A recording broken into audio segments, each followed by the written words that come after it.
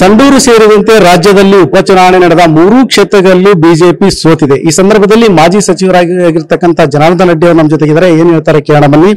ಸರಿಗೆ ಮೊದಲನೇದಾಗಿ ಸಂಡೂರಿಗೆ ತಾವು ಉಸ್ತುವಾರಿಯನ್ನು ವಹಿಸಿಕೊಂಡಿದ್ರಿ, ಮುಂದಾಳತ್ವವನ್ನು ವಹಿಸಿಕೊಂಡಿದ್ರಿ. ಸಂಡೂರಲ್ಲಿ ಬಿಜೆಪಿ ಸೋತಿದೆ, ಇದ್ರ ಬಗ್ಗೆ ತಮ್ಮ ಅನಿಸಿಕೆ ಯಾವ ಕಾರಣಕ್ಕೆ ಸೋತ?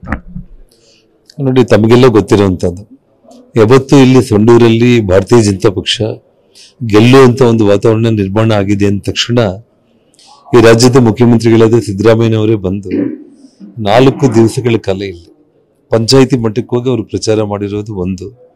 ಇನ್ನೊಂದು, ಹಣ ಯಾವ ರೀತಿ ಅಂದ್ರೆ 22 ಸಚಿವರು ಬಂದು ಒಂದು ಹಣದ ಒಂದು ದೊಡ್ಡ ಪ್ರಮಾಣದ ಮಳೆಯನ್ನೇ ಸುರಿಸಿದ್ರು ಅಂತ ನಾನು ಹೇಳ್ಬೇಕಾಗುತ್ತೆ.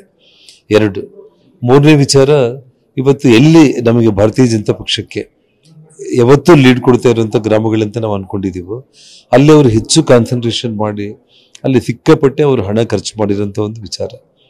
ಜೊತೆಗೆ ಅಧಿಕಾರಿಗಳನ್ನ, ಅಲ್ಲೊಬ್ಬ ಪೊಲೀಸ್ ಇನ್ಸ್ಪೆಕ್ಟರ್ ಮಹೇಶ್ ಗೌಡ ಅಂತ ಹೇಳಿ, ಸಬ್ ಇನ್ಸ್ಪೆಕ್ಟರ್ಗಳು, ಪೊಲೀಸ್ ಕಾನ್ಸ್ಟೇಬಲ್ಸ್ ಇಂದ ಹಿಡಿದು ಎಲ್ಲರನ್ನ ಗ್ರಾಮಕ್ಕೆ ಕಳಿಸಿ ನಮ್ಮ ಕಾರ್ಯಕರ್ತರನ್ನ ಹೆದರಿಸುವಂತ ಪ್ರಯತ್ನ ಮಾಡಿದ್ರು ಕೂಡ ಕಾರ್ಯಕರ್ತರು ಯಾರು ಕೂಡ ಎದೆಗುಂದಿದ್ದೇನೆ ಇವತ್ತು ಅಲ್ಲಿ ನಮಗೋಸ್ಕರ ನಿಂತ್ಕೊಂಡು ಇವತ್ತು 83,000 ಮತಗಳನ್ನು ಕೊಟ್ಟಿದ್ದಾರೆ. ಸೊ ನಾವು ಇನ್ನೊಂದು 5,000 ಮತಗಳು ತಗೊಂಡಿದ್ರೆ ಖಂಡಿತವಾಗ್ಲೂ ಕೂಡ 500-600 ಓಟಲ್ಲಿ ನಾವು ಗೆಲ್ಲಬೇಕಾಗಿತ್ತು. ಸೊ ಹಾಗಾಗಿ ಇದನ್ನ ಸೋಲು ಅಂತೇಳಿ ನಾವು ಒಪ್ಕೊಳ್ಳೇಬೇಕು. ಆದ್ರೂ ಕೂಡ ಇದು ದೊಡ್ಡ ಸೋಲಲ್ಲ ಅನ್ನೋದು ನಾನು ಹೇಳಬಲ್ಲೆ. ನಾನು ಈಗ ರಾಜ್ಯದಲ್ಲಿ 3 ಕ್ಷೇತ್ರಗಳಲ್ಲೂ ಕೂಡ ಉಪಚುನಾವಣೆ ನಡೆದಿದೆ, 3 ಕ್ಷೇತ್ರಗಳಲ್ಲಿ ಬಿಜೆಪಿ ಸೋತಿದೆ. ಯಾವ ಕಾರಣಕ್ಕೆ? ಯಾಕಂದ್ರೆ ರಾಜ್ಯ ಸರ್ಕಾರ ಕೊಟ್ಟಿರ್ತಕ್ಕಂಥ ಗ್ಯಾರಂಟಿ ಅವರಿಗೆ ವರದಾನ ಆಯ್ತಾ, ಅಥವಾ ಬಿಜೆಪಿ ಕಾಂಗ್ರೆಸ್ ಸರ್ಕಾರದ ವಿರುದ್ಧದ ಹೋರಾಟದಲ್ಲಿ ಫೇಲ್ಯೂರ್ ಆಯ್ತಾ? ತಾವೊಂದು ಒಳ್ಳೆ ಪ್ರಶ್ನೆ ಅಂತಂದ್ರೆ, ಗ್ಯಾರಂಟಿಗಳ ಬಗ್ಗೆ ಇಡೀ ಕರ್ನಾಟಕ ರಾಜ್ಯದಲ್ಲಿ ಸುಮಾರು 8 ತಿಂಗಳಿಂದ ಗ್ಯಾರಂಟಿ ಸ್ಕೀಮ್ಸ್ ನ ಬಂದ್ ಮಾಡಿದ್ದಾರೆ. ಇದ್ದಕ್ಕಿದ್ದಂಗೆ ಚನ್ನಪಟ್ಟಣ, ಸಿಗ್ಗಾವಿ ಮತ್ತು ಸಂಡೂರು ಈ 3 ವಿಧಾನಸಭಾ ಕ್ಷೇತ್ರಗಳಲ್ಲಿ ನಾಳೆ ಬೆಳಿಗ್ಗೆ ಮತದಾನ ಚಲಾಯಿಸಬೇಕು ಅಂತಂದ್ರೆ ಆ ಮುಂಚೆ ದಿನ ಸುಮಾರು 3 ಕಂತುಗಳಂದ್ರೆ ಒಬ್ಬೊಬ್ಬ ಮಹಿಳೆಗೆ 6,000 ರೂಪಾಯಿ ಅಮೌಂಟ್ ಅನ್ನು ಹಾಕೋದ್ರ ಮೂಲಕ ಇದು ಒಂದು ಅಂದ್ರೆ ಗ್ಯಾರಂಟಿ ಅಮೌಂಟ್ಗಳನ್ನ ಕೇವಲ ಈ 3 ವಿಧಾನಸಭಾ ಕ್ಷೇತ್ರಗಳಿಗೆ ಕೊಡೋದು ಒಂದು ಕಡೆ. ಇನ್ನೊಂದು ಕಡೆ ಅಧಿಕಾರಿ ಯಂತ್ರಾಂಗನ ಸಂಪೂರ್ಣ ದುರುಪಯೋಗ ಮಾಡ್ಕೊಂಡಿರುವಂತದ್ದು.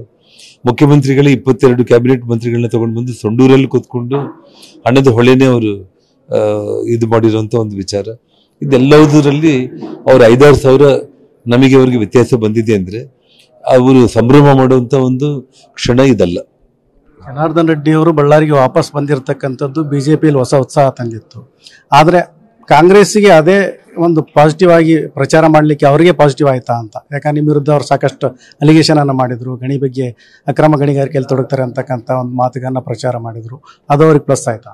ನೋಡಿ, ಅದು ಹಾಗಾಗಿದ್ರೆ ನಿಮಗೆ ಸಂಡೂರು ನಗರ ಮತ್ತು ಮೈನಿಂಗ್ ಏರಿಯಾಗಳಿರುವಂಥ ದೇವಗಿರಿ, ನಿಮಗೆ ಬೊಮ್ಮಘಟ್ಟ ಅಥವಾ ಯಶವಂತ ನಗರ ಈ ಭಾಗಗಳಲ್ಲಿ ಮೈನಸ್ ಆಗಬೇಕಾಗಿತ್ತು. ಎಲ್ಲಿ ಮೈನಿಂಗ್ ಇದೆಯೋ ಆ ಏರಿಯಾಗಳಲ್ಲಿ ಭಾರತೀಯ ಜನತಾ ಪಕ್ಷಕ್ಕೆ ದೊಡ್ಡ ಪ್ರಮಾಣದಲ್ಲಿ ಲೀಡ್ ಸಿಕ್ಕಿರುವಂಥದ್ದು. ಹಾಗಾಗಿ ಇವತ್ತು ಯಾವುದೇ ಒಂದು ವಿಚಾರದಲ್ಲಿ ಕೂಡ ಅವರಿಗೆ ಆ ರೀತಿ ಆಗಿದ್ರೆ ಯಾವುದೋ ಒಂದು 30,000-40,000 ಲೀಡ್ ಬರಬೇಕಾಗಿತ್ತು. ಸೊ ಈ ಲೀಡ್ ಅವರು ಸಂಭ್ರಮಿಸೋ ಲೀಡ್ ಅಲ್ಲ ಅದು. ಯಾಕೆಂದ್ರೆ ತುಕಾರಾಮ್ಗೆ 22,000 ಲೀಡ್ ಬಂತು ಪಾರ್ಲಿಮೆಂಟ್ಗೆ. ಇಲ್ಲಿ 9,000 ಚಿಲ್ಲರಿಗೆ ಅವರು ಲೀಡ್ಗೆ ಕುಸಿದಿದ್ದಾರೆ. ಮತ್ತು ಅಧಿಕಾರದಲ್ಲಿ ಇಟ್ಕೊಂಡು ಮುಖ್ಯಮಂತ್ರಿಗಳೇ ಬಂದು 22 ಕ್ಯಾಬಿನೆಟ್ ಮಂತ್ರಿಗಳು ಕುಂತು ಅವರು ಈ ಹಂತಕ್ಕೆ ಬಂದಿರೋದು ಅದು ಅವರು ಗೆಲ್ಲುವಂತ ಅವರು ಸಂಭ್ರಮ ಮಾಡ್ತಾರೆ ಅಂತಂದ್ರೆ ಅದು ಅವ್ರಿಗೆ ಬಿಟ್ಟಿದ್ದಷ್ಟೇ. ಸಂಡೂರಲ್ಲಿ ಸಿಎಂ ಬಂದ್ರು, ಸಚಿವರು ಬಂದ್ರು, ಸಂಘಟಿತ ಹೋರಾಟ ಮಾಡಿದ್ರು. ಬಿಜೆಪಿ ಎಲ್ಲೋ ಒಂದ್ ಕಡೆ ಸಂಘಟಿತ ಹೋರಾಟದಲ್ಲಿ ಫೇಲ್ಯೂರ್ ಆಯ್ತಾ? ನಿಮ್ಮ ನಾಯಕರು ಏನಾದ್ರು ಅದಕ್ಕೆ ಬರ್ಲಿಲ್ವಾ ಅಂತ ಹೋರಾಟಕ್ಕೆ? ಹಾಗೇನಿಲ್ಲ. ಇವತ್ತು ಜನಾರ್ದನ್ ರೆಡ್ಡಿ ಜೊತೆಯಲ್ಲಿ ಸನ್ಮಾನ್ಯ ವಿಜೇಂದ್ರ ಅವರು ರಾಜ್ಯಾಧ್ಯಕ್ಷರಾಗಿ 5 ದಿವಸಗಳ ಕಾಲ ಅವರು ಇಲ್ಲೇ ಇದ್ರು. ಸನ್ಮಾನ್ಯ ಯಡಿಯೂರಪ್ಪ ಅವರು 83 ವರ್ಷ ಇಳಿ ವಯಸ್ಸಲ್ಲಿ ಅವರು ಬಂದರು. ಕೇಂದ್ರ ಸಚಿವರಾಗಿರುವಂತಹ ಸನ್ಮಾನ್ಯ ಪ್ರಹ್ಲಾದ್ ಜೋಶಿ ಅವರು, ಸೋಮಣ್ಣ ಅವರು ಬಂದು ವರ್ಕ್ ಮಾಡಿದ್ರು.